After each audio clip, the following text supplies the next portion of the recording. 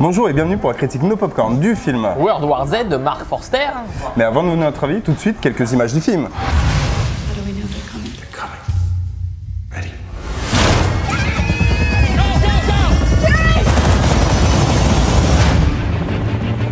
Worldwide. Is anyone doing better than we are? We've lost the East Coast. Moscow's still dark. Life as we know it will come to an end in 90 days.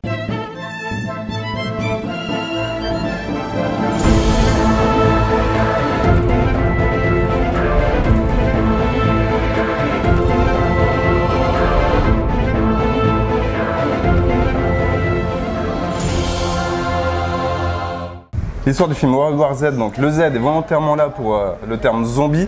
Il y a une invasion donc, mondiale, il y a une ère apocalyptique, voilà, et c'est plus traité façon épidémie, un peu à la façon de contagion, sauf que là il y a beaucoup plus d'action, c'est traité différemment. Donc c'est l'adaptation du livre de Max Brooks.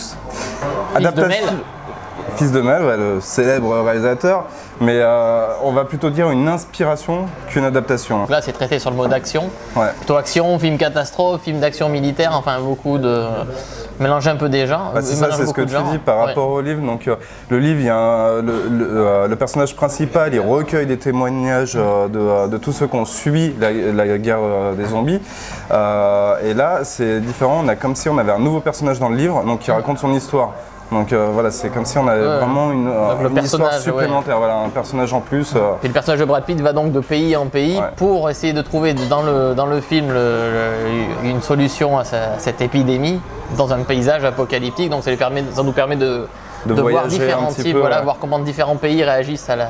Bah, c'est là où ça rejoint le livre justement, parce que le livre bouge beaucoup entre la Chine, Israël, les États-Unis, la France aussi, mais indirectement avec le Canada. Le film est bien construit parce que le scénario bouge très très vite, à part une partie d'introduction où on voit Brad Pitt dans sa famille, tout de suite on est plongé dans le bain et ça n'arrête pas pendant quasiment les 2 tiers du film où on va à grande vitesse. Ce que j'ai bien apprécié, c'est que l'ambiance pour un film blockbuster de cette taille est vraiment sombre. C'est vraiment la fin du monde, enfin la fin de la civilisation est bien décrite, même par certaines petites touches qui sont en dehors de l'action principale, mais qui font comprendre à quel point la civilisation s'est effondrée. Et ça, c'est vraiment pas mal. Ouais.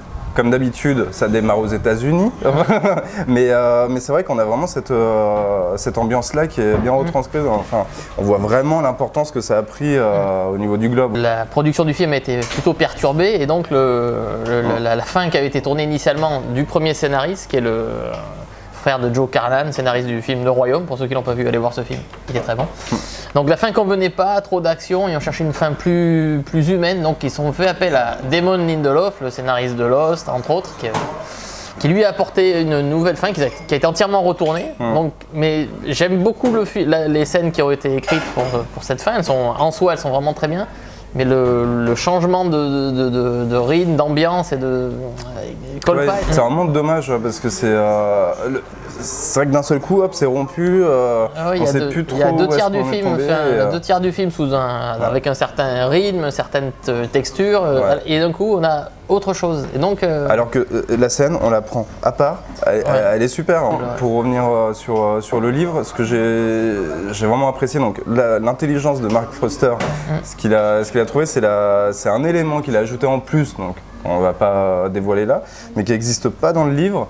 Et donc ça permet d'avoir son propre univers. Donc en fait les deux peuvent se compléter en lisant le livre et en regardant le film. Parce que de toute façon le livre, c'est inadaptable entièrement en restant... Ah oui, ça ne se prête pas à une adaptation, en tout cas dans 2 heures de temps. Une série ça aurait été possible, une série à la Lost, donc ça aurait été parfait. Mais là c'était peut-être un peu court en 2 heures d'adapter vraiment le bouquin. Sur l'affiche, on remarque, il y a Brad Pitt. Au centre du film, Brad Pitt. C'est ça. Donc Brad Pitt, c'est son nom qui porte le film. Vedette et producteur, il joue bien, rien de très grave, mais on ne le sent pas très très concerné, pourtant dans un film où il porte tout sur ses épaules et qui a coûté très très cher, donc, mais il est bien, mais il n'en fait pas plus. Par contre, il est entouré de second rôles, même s'ils n'ont pas beaucoup de temps à l'écran. Ils sont bien sélectionnés, que ce soit sa femme, qui se retrouve toujours femme de quelqu'un, elle est dans le Gangster Squad déjà. Mira Enos. Voilà, je pense qu'elle a été choisie par Angelina Jolie, pour des raisons que vous comprendrez en voyant le film. Faut pas qu'il y ait trop de concurrence. Voilà, mais elle joue très très bien. entre peu de temps. Et j'ai beaucoup aimé James Badgedale, qu'on retrouve déjà dans Iron Man, on l'a vu dans Flight, dans Iron Man 3, pardon, dans Flight, il était cette année. Il sera bientôt dans Lone Ranger, donc le gars il est partout. Ouais. Mais chaque fois qu'il apparaît, il bouffe les scènes. Là, c'est un rôle de Navy Seal. Bon top. Ah ouais, mais il imprime l'écran. Dont un discours que tu avais beaucoup aimé. Ouais, non, mais là, il est encore très très bon. Donc, c'est un nom à suivre. De toute façon, vous ne pouvez pas le rater parce que cet été, si vous allez au cinéma, vous tomberez forcément sur lui. Et moi, j'ai retenu aussi donc, Pierre Francesco, parce que je me trompe pas, Favino.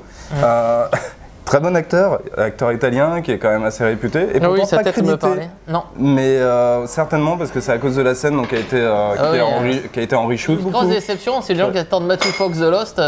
Il est crédité au générique à une bonne place et pourtant on le voit sur 3 plans peut-être, 4 plans. Ouais, on le voit pas beaucoup. Moi, j'ai pas tilté tout de suite.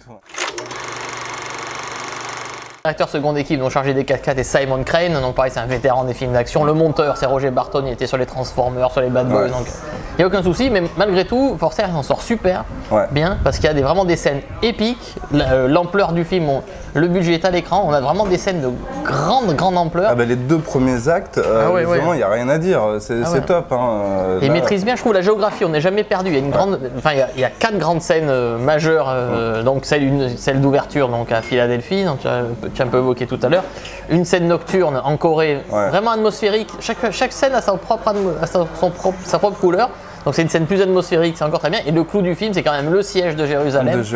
Et là vraiment on n'est jamais perdu, pourtant ça va de partout, c'est vraiment impressionnant. C'est toujours intense, enfin c'est vrai que bon, c'est beaucoup caméra à l'épaule qui bouge, bon il y a des moments où je trouvais que ça bouge un peu beaucoup quand même. J'étais un peu réticent parce qu'un film de zombies tout public, c'est le cas de World War Z, c'est un film tout public, c'est un gros film d'été. Ça semblait un peu impossible, une équation impossible à résoudre. Ils ont contourné ça en transformant la révulsion et l'horreur plutôt en intensité, en action. Il y a vraiment... Bon, c'est des zombies de catégorie rapide, un peu comme ceux de Zack Snyder, mais enfin, même c'est les Usain Bolt des zombies. C'est des... Ah ouais, non, mais c'est... Voilà, individuellement, sont plus que rapides, même. Individuellement, ils sont féroces, mais la nouveauté du film, la pierre que le film apporte aux gens, c'est cet effet de masse. Là, dans les zombies, dans World War Z, ils se rassemblent un peu.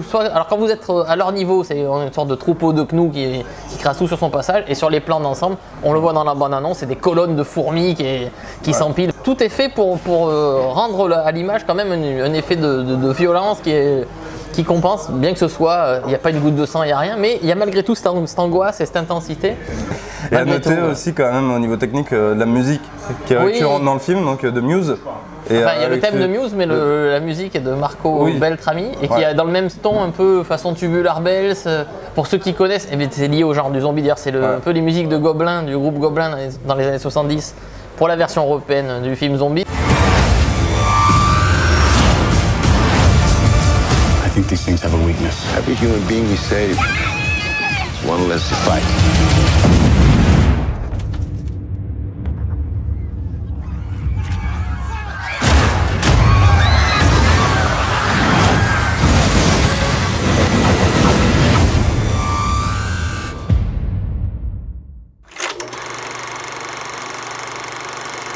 Bon ben maintenant Patrice, va falloir que tu te dépêches à conclure avant l'invasion des zombies quand même. Alors je dirais que World War Z c'est plus Independence Day que Dawn of the Dead. Malgré tout c'est un ride apocalyptique rythmé, tendu et qui tient le pari d'un film de zombies tout public. Je lui donne 7 sur 10. Alors moi j'ai trouvé que c'était une bonne interprétation du livre de Max Brooks, plus qu'une adaptation, mais il y a un élément en plus par rapport au livre, donc c'est sympa si on a lu le livre. Techniquement c'est vraiment très beau, il y a le 3e acte dont on aurait pu se passer, mais bon c'est pas très grave, ça rattrape, c'est rattrapé avec les 2 autres actes du début. J'ai beaucoup hésité à lui mettre 6, mais finalement en réfléchissant beaucoup et en parlant avec Patrice, finalement je vais lui mettre un 7 sur 10 parce que j'ai quand même bien aimé. La raison l'a emporté. Rendez-vous bientôt. À la vôtre.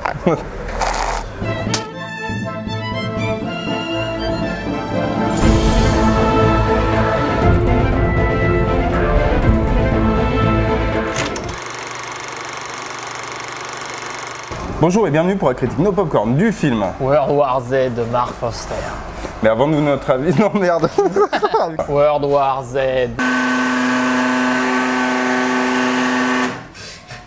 Check. Et moi j'ai trouvé en fait qu'il se donnait peut-être un air froid par rapport à l'histoire et au final ça nous refroidit un peu. Quoi. On en restera là-dessus.